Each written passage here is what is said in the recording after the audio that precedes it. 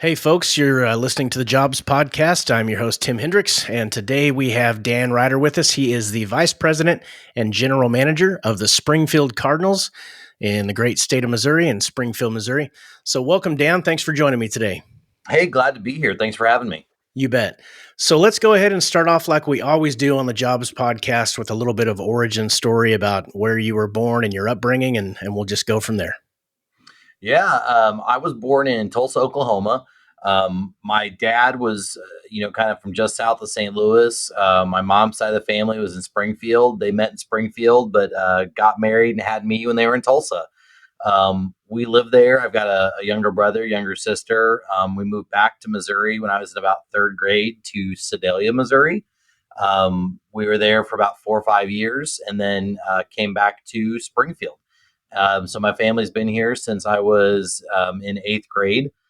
Went to Springfield Catholic High School, and then after high school, went to college at University of Missouri. From University of Missouri, I never really figured out what I wanted to do, so I got a marketing degree. And what I've kind of realized is a lot of people, that were either marketing or communications. We were lost souls, but we were really good at parties. Um, and so that was kind of, after that, I ended up winning a TV contest to be president of the St. Louis Cardinals for a day. Oh, And that was kind of what took me on this journey that's now been a 21-year career in minor league baseball. that is the most unique origin story. I've never heard of anybody winning a contest and then all of a sudden they're 20 years later, they're doing the job. That's great. Well, must have been something at the water at Mizzou because two of the other guys that I was friends with and have pictures with. One of them won ESPN's first dream job. One of them Hmm. won the chance to be on an episode of MTV Road Rules, and then I won that contest to be president of the Cardinals for a day. So three of us that were all buddies, all three of us won TV contests. Now, did those other two go on to work for the two companies like you did? Uh, one of them did. He stayed with ESPN for a while, and I'm not really sure where he went, but I know he did have a career. Went I think to like maybe Big Ten Network after that, but Wow, he did translate it into a career. that's cool. So you got your marketing degree, you won this contest. What was your first step in the door with the Springfield Cardinals organization? My first step was really through the contest. I mean, to kind of say it, I made a really good impression on the president of the St. Louis Cardinals, and when I met him, you know, there was all these rumors that they were going to move a minor league team to Springfield. So when I met him, I was 23 and naive. And so he said, "You have any questions?" I go, "Yeah. Are you going to move a minor league team to Springfield, Missouri?" And he's like, "Young man, that's a really bold question." I'm like, "It is. Are you going to move a team there or not?" And so I think he was used to dealing with people my age that were, more afraid to work with him, more timid.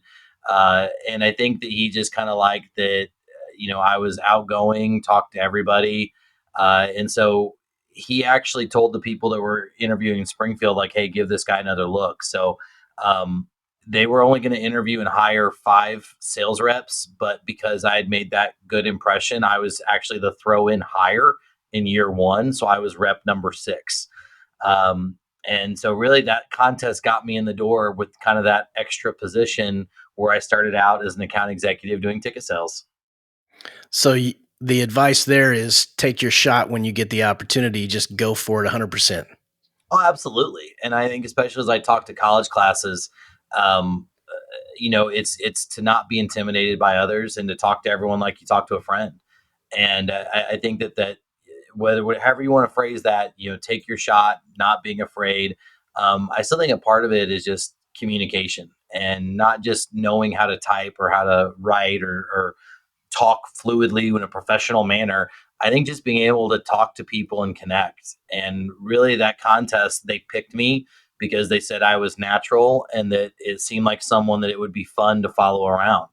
And I think sometimes that's get lost in the professional setting is, we choose the people in our lives that we enjoy being around. So, be who you are, embrace it, lean into it, have fun with it.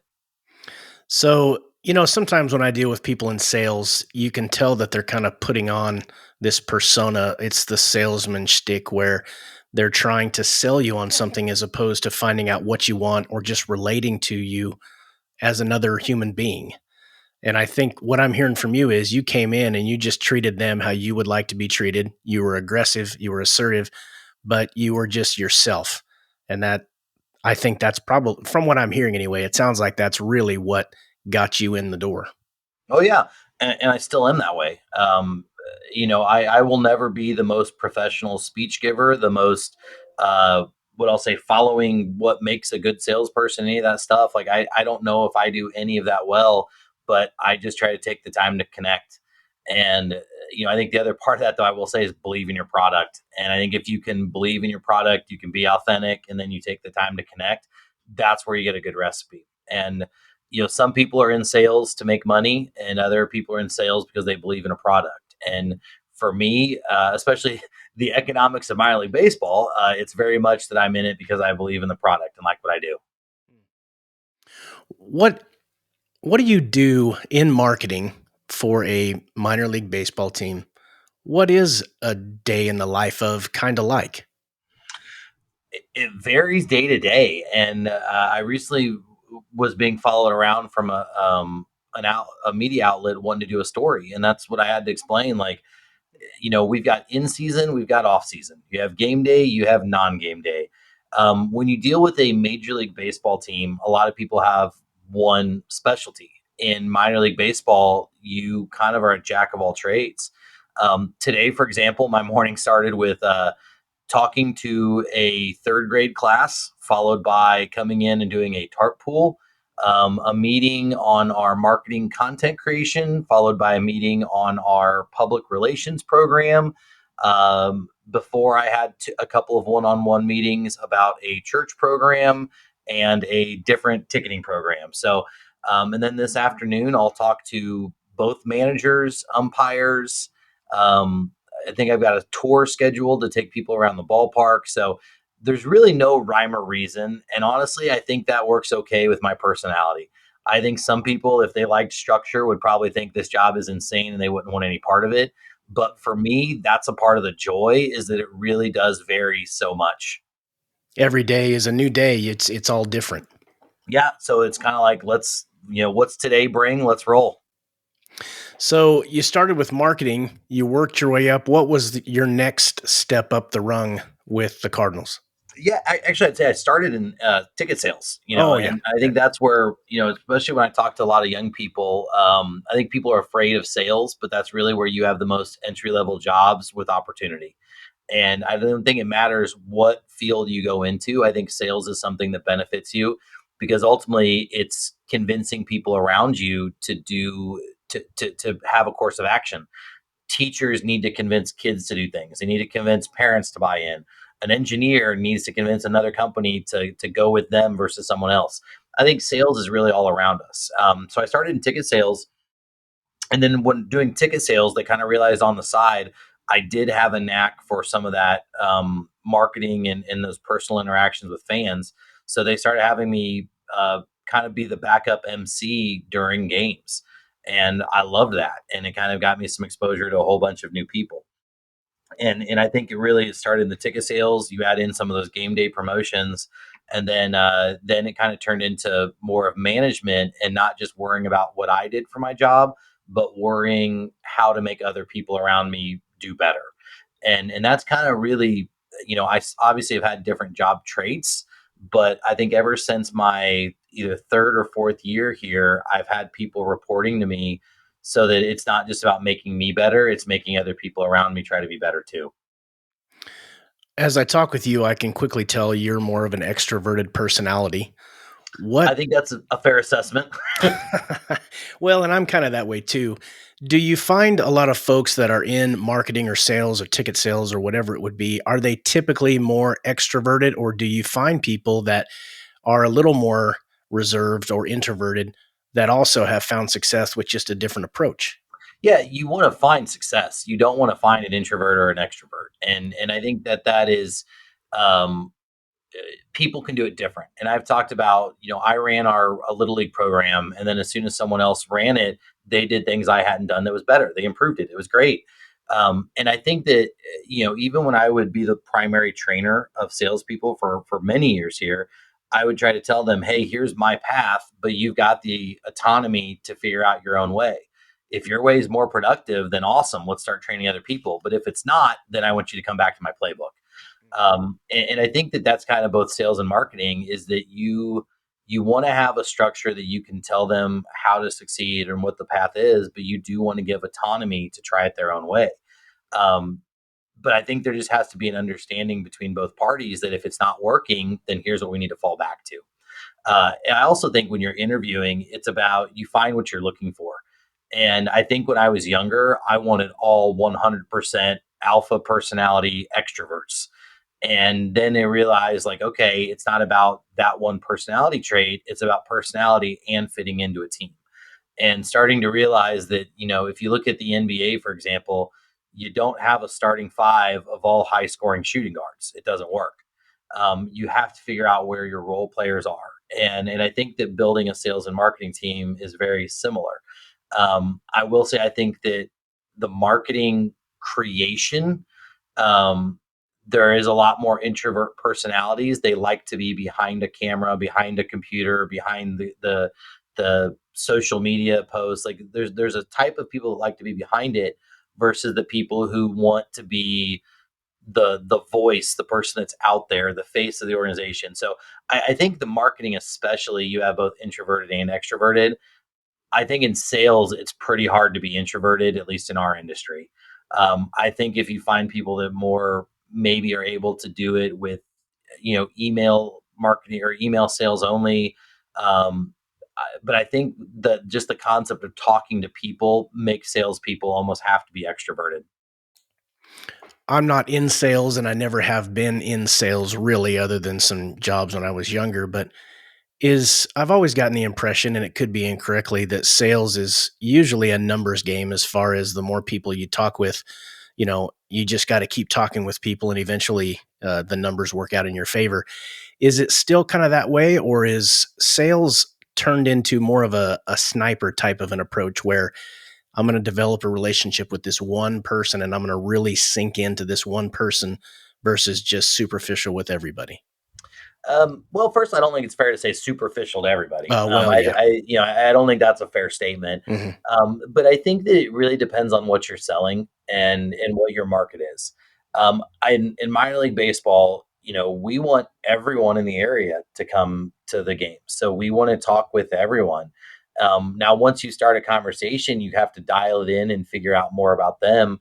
But you really have to have your head on a swivel, looking everywhere. My wife, she's had a very good, very, very good career as a loan officer, and she's never done cold calling because she builds relationships and gets referrals.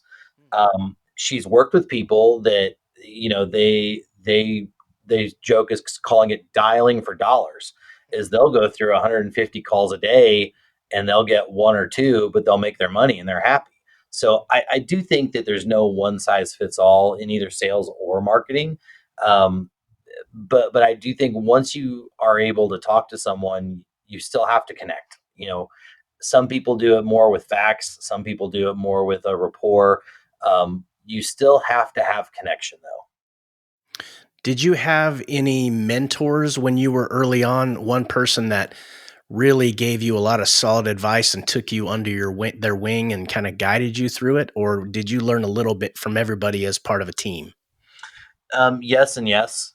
Okay. You learn differently, and I think part of it was I love to be involved in the community and watching people and seeing what made them successful. And but I did that. I'll say more of that shotgun approach of doing lots of things, observing versus dialing it in on one. And I think that helped me to start realizing people succeeded in different ways and had different, and I think that was good for me versus thinking I had to do it one way. I will say I had two people, like when the Cardinals first started, they had four vice presidents, and I learned something unique from each of them. And really, especially when I first started, there was two that really took me under their wing in totally two very different ways. One I think was more job specific on how to be successful in sales, how to move forward, and the other was more about how to be a good teammate and care for the people around you. And I think that it was interesting having two different people that both did that, I was very fortunate. And the fact that I was working with them meant that I had more interactions with someone that maybe talks to someone every other week or once a month. So I do view my career path as being highly influenced by those first vice presidents of the Springfield Cardinals, and I was very fortunate to have some of them really take me under their wing. I was very blessed. Has there been anything in your 20 plus years in marketing with the Cardinals that I'm going to guess social media has been one big change that you've seen in your time there, but is it still an individual person thing, or does social media really control a large part of how you market?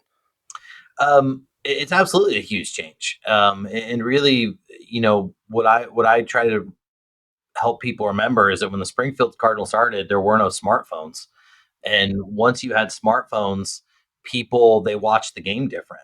That's when all of the nets around Major League Baseball had to be extended. So I actually call them the cell phone nets. Is that before cell phones, people paid attention more to the game. Now with cell phones, they're distracted. I was I'm not big into social media, but I understand its importance. So I was one of the first people in our league that was really advocating for the Cardinals to like hire someone dedicated to social media. I think it's a very important tool on how to reach people. Absolutely. But I also think what you're seeing is that in marketing, you don't put all your eggs in one basket, and you need to make sure that you're different. All of your different means of communication are connected, that they offer something different on each different social media channel, but that needs to supplement your email, which needs to supplement your website, which supplements the story you tell in stadium versus the radio. Then what we're going to put out on TV billboards, like there's so many different ways to reach people, and you have to make sure that it's not just a go all in on one thing, because then you're going to forget a lot of other people. But I also think that that's the nature of our business. As I said, like we want everyone with 100 miles of our stadium to know what's going on. You can't do that if you only take one approach. Yeah. What do you like most about your job? People. Yeah. I work with great people, uh, fascinating people. Um, and I think that you get a lot of personal fulfillment by seeing people having fun at the stadium. And, I actually never wanted to be in sales, even though in hindsight, I did a lot of things growing up that seemed like I was going to go into sales. I never wanted to be in sales, but I believe in the product, and I'm excited to talk to people about the product. I love seeing their reactions. It's fun to see kids and families having a blast. Um, but then on the coworker side, I've made unbelievable friendships with the people I've worked with. I've made friendships with sponsors. When I got married, we actually had season ticket holders crash our wedding because they were so excited to see me growing up. Oh, And that's neat. it is, and it also gives me an opportunity that you know, I can be out in the community and people want to have a presence from the Cardinals, and you can go be a part of a program without actively selling. You can do it passively. So the part about what's my favorite is always easy. It's people. I've gotten to meet such great people, to know the stories, to hear the fascinating stuff about them. Seeing some of the players that come through here, some of them they're just great people, and you can just tell that even if they don't make it to the major leagues, they're gonna have a great life because of their way they are as a human being. So that's always the easiest answer for my job is I love the people. It's got to be pretty neat to see a minor league player go up to the big show when they get called up like that. That's got to be just their biggest day. Yeah, it is, and I think that's where you've seen on social media a lot of teams trying to record telling some of these players so that they can see those reactions and see those moments. But even here, I think fans, when you first start a minor league club, people are they're used to the big leagues, and so it's really different for them to understand like you only have them for a short time, so you can cheer for a guy but you also have to keep watching to see if they make it all the way to the big leagues. And Hmm. I do think our fans have really adopted and adapted to that, where now you have a lot of people, you have an entire community of a fan base that's excited when you see the next guy make their Major League Baseball debut. Yeah. every job, even the ones that we love, has some downsides to it. Is there anything about your job that you wish you could do without? Um, that I could do without, I would do without the tarp because we always had good weather. I hate the tarp with a passion. When I have to pull that, when I see it coming out, when there's a thread of it going out there, I hate the tarp. Mm, I know we need it because if you can't play on a field, you don't have a baseball game and then you don't have fans. You need the tarp, but man, I hate it. But I think what you're also alluding to is like, hey, what's bad about the job? yeah. And we tell everyone when they're going to come into the industry is that everyone that leaves this job leaves for the same two reasons. They leave for time and they leave for money. And when you really look at a schedule between April 1st and the end of September, half your weekends are gone. If you're a parent, that means you're going to miss out on some bedtimes, and I hate Yeah. that. My kids Mhm. are 6 and 9 years old, and I hate it. Um, and so it is a time intensive industry because it's hospitality, it's entertainment, it's seasonal. So half my weekends there are gone, and that's a bummer, and that's the time, and the other one's money. I think that people, when they leave the industry, they usually get a job offer that they will either a make the same money for way less hours, or b they will make way more money for a similar amount of hours. And so I think that that's really why people leave our industry is time and money. And I think that in order to want to stay, you have to find a lot of internal benefit of why you do this, like why it's good to have a job that's fun. But the same reasons people leave are pretty much the exact same as they leave because of time and money. You mentioned money, and I'm not obviously going to ask you what you make, but as far as marketing in minor league baseball, what what can someone, if they're listening to this and they think, I think I want to get into this career, I've got a marketing degree or that's what I'm going to get, and I love baseball or I love entertainment industry, I want to get into that. What can they expect to make salary wise ballpark out of the gate anyway? Yeah, I think the answer to that's kind of what I said. Less than you would going to less than you would if you looked at the same position in a different company. And I think that's just it's a combination of supply and demand. That the more people that want a job, the less they have to pay. And I think that that's something that when you work in this industry, don't expect it. And I think that's why you see people that start in minor league baseball will start in minor league baseball. You don't see a marketing executive at you know at XYZ company switching late in their career to come over to minor league baseball because they're going to make more money. I would just say if they're wanting to think ballpark, it's probably going to be like, okay, take whatever it is you were expecting, and it's probably going to be less in minor league baseball. So I'd still advise everyone for the same reason. If you ever have a dream job, try to go at it young because once you build up a lifestyle and you're used to an income level, you don't want to go backwards. And we've traditionally seen that is that when we've interviewed people who have been in with other positions, it's hard to switch into minor league baseball. What's your advice to deal with failure if one of your employees makes a mistake or you make a mistake? What's your approach to respond to that? Yeah, first I remind them that no one's failed in our company more than I have. No one's lost more sales. No one's had more bad ideas than I have. But the important part is to learn from it to know what you're going to do different. And I think that that's any sort of failure that anyone has. You know, you it's an opportunity to learn and understand how to do it better the next time. And I think that's the part of any sort of failure you have to look at. You have to look at why did it happen and what am I going to learn.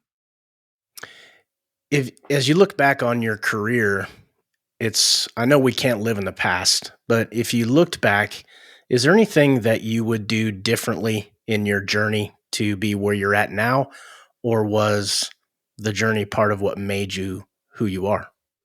The journey is absolutely for everyone what makes them who they are. I mean, the journey is that's always, and you need failures. You need to stumble. I do look back though, and I think of things that I could have done different. I absolutely think that. Notably, I think when I started, I was a hothead. And not that I was like out wanting to fight or anything like that, but it was like I would have an opinion and I would disagree and I wouldn't hesitate to disagree all the time. And one of those guys that really helped mentor me was like, hey, you got to start learning when to fight and when to walk away. And because if people look at you and all they see is someone who's going to disagree and argue, then they don't want you in the room. So I had to really learn to backtrack and start picking and choosing my battles a lot more. And if you think about it, none of us want to be friends with the know-it-all who always wants to tell you why you're wrong or why they are right. And I think I had to learn that professionally. And I think if I had learned that earlier, then I probably would have had less bumps and bruises. Not saying it would have advanced me faster or it would make me a different person, but it was a lesson I wish I would have learned earlier. Do you do you look for someone when they're coming in, is a bachelor's degree or a marketing degree or whatever formal training, how does that play into the hiring process versus experience? You see a lot of companies nowadays that it used to be, well, you have to have these certifications or this degree. And now sometimes you're seeing things or equivalent experience, or I'm looking more at their character, or are they teachable versus did they go to class for 4 years? What do you Yeah. look for in someone when they're applying for you? Well, I'll ask you a question back here really quick here. Do Mhm. you want someone to design a bridge that never went to engineering school? No, Do you want a doctor that never went to med school? no, Yeah. I think there's certain jobs that you have to have some sort of training on right. that's like you have to. Mhm. And I'm not saying that I'm not saying that's anything in particular. I'm just saying that there's no one size fits all there. And there's sometimes that all of us hope there's been training. But you are right. It's sometimes that experience is more valuable than school. Other times, if they're getting started out, it's not fair to expect someone that's taking an entry level job to also have experience. And I think it's just a part of that balance. And it's something when I was young, I remember one of my bosses talking about the concept of balance, and I thought it was stupid because it was, again, I was a ball of energy, hothead, let's go, go, go, go, go. But the older I've gotten, the more I realize that balance is important. You're not looking at one line of a resume, you're looking on the entire resume, but you're also looking about what didn't make it on the resume, and you're looking about what their resume might look like in 5 years. And I think when you start thinking of all of those things, it all becomes about being balanced. Um, I don't think you can ever go wrong though with getting a degree. And I think some people in college think that their degree will ultimately dictate the job they get. And I personally, in our industry, I don't feel that that's the case. I think it's more about, did they get a degree, and what is their relevant experience, and do they seem like they have good people skills. And so ours, yeah, I don't think we're that industry where it's like an engineer and you have to have one. But I think that just really does vary on what people are doing. And I don't think it's fair to say you can only hire experience or only hire education. I think you got to, but it is absolutely a part of those things you have to balance with everything else. Was there any other job that, looking back, was there something that you kind of had your side eye on as far as, if I don't go this route, that's something just totally out of left field, like, being a plumber, or I don't know. Was there some other career that you kind of toyed around with, or were you just in your lane from the very beginning? You mean besides professional baseball player? Obviously, I What? much rather would have done that. Yeah. I think you go back and you change your mind. And at one point, I thought I wanted to be a doctor until I went to college and realized, oh man, a doctor in med school, I have to cut through bone. That sounds gross. For a while, I would joke with people and tell them that I was going to either do marketing for the St. Louis Cardinals or Anheuser-Busch because they're two things I loved.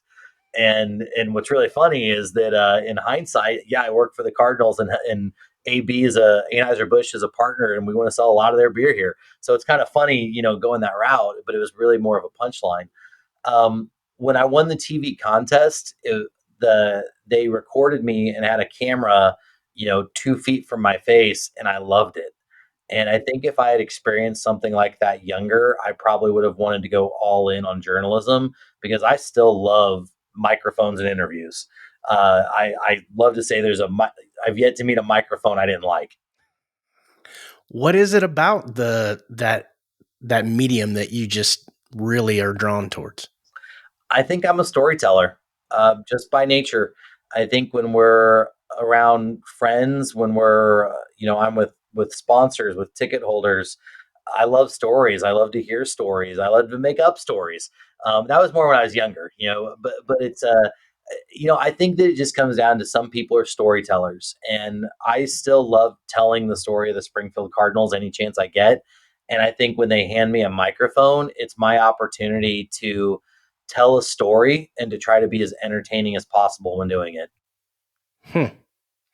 What's the best compliment professionally that you have ever received?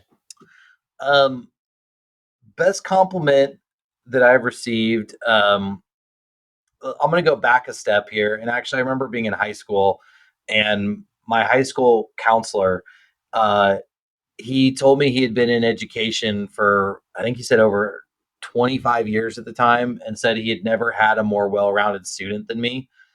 And that still stands out.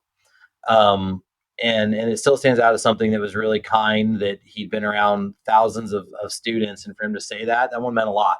And actually, he's a season ticket holder now, and I get to see him, and every time I do, it makes me smile because he took the time to say something nice. Professionally, having people want to crash my wedding was pretty nice. Yeah. I also think that I've had employees that when they've left, they've cried because they were going to miss having me as their manager. And I think those personal connections.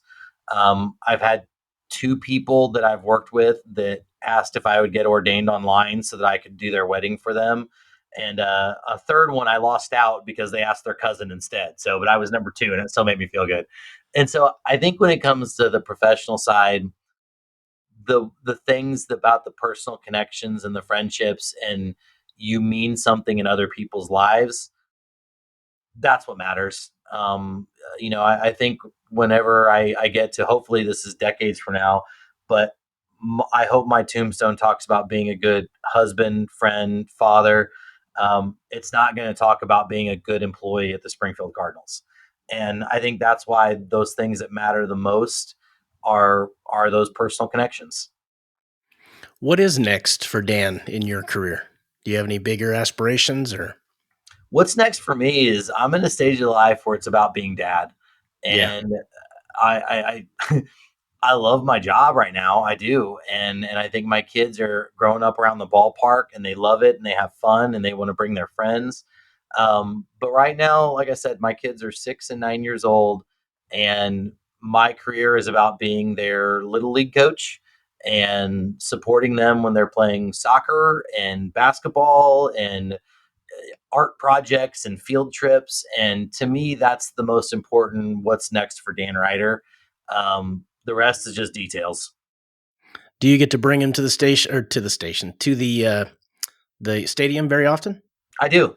Um, it was tougher when they were younger, but now it's getting easier and easier for my wife to be able to bring them. And I'd say that they're usually here 1 to 2 games per homestand, um, and they love it. And even on opening night, they had school. They had school the next day, and our 6-year-old scared us to death by hiding. We actually had to ask the ushers to close the gate. I was so embarrassed.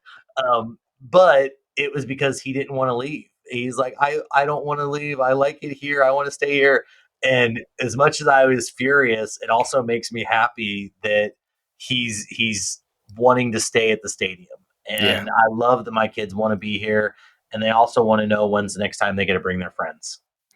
Well, I have to say, you got a pretty cool office. Being able to walk into a baseball stadium every day, I'm a little bit jealous of that one. Except when the tarp's off, it's not fun to walk in on those days. Yeah.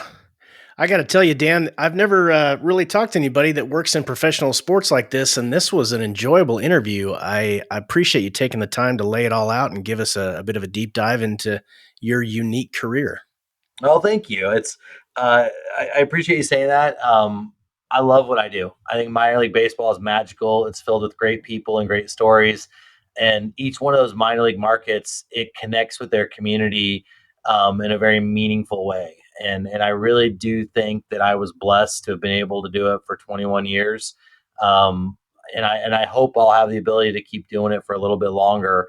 But it's something that if people haven't gone out and experienced minor league baseball, they really do want to focus on connecting with their community. And I think that's what makes it so neat. If anybody's listening and they want to get more information about the Springfield Cardinals, I know where to find you, but why don't you let the listeners know what your website is and how they can get tickets and all that kind of stuff? Yeah, if you want to visit springfieldcardinals.com. We also have social media. We've got actually one of the largest followings in all of AA baseball on both Facebook and Instagram. But the best way is start with springfieldcardinals.com. We'll take you all over. You can get your tickets online, and hopefully we'll see you out at a game this summer. Thanks a lot, Dan. I really appreciate it. Hey, go Springfield Cardinals. And that wraps up another episode of the Jobs Podcast. Thank you so much for joining me today. Hopefully you found that interesting. As always, I wait until the end of an interview to ask you to like, subscribe, and share. I feel it's important that I earn that support from you. Thanks again, and we will see you on the next one.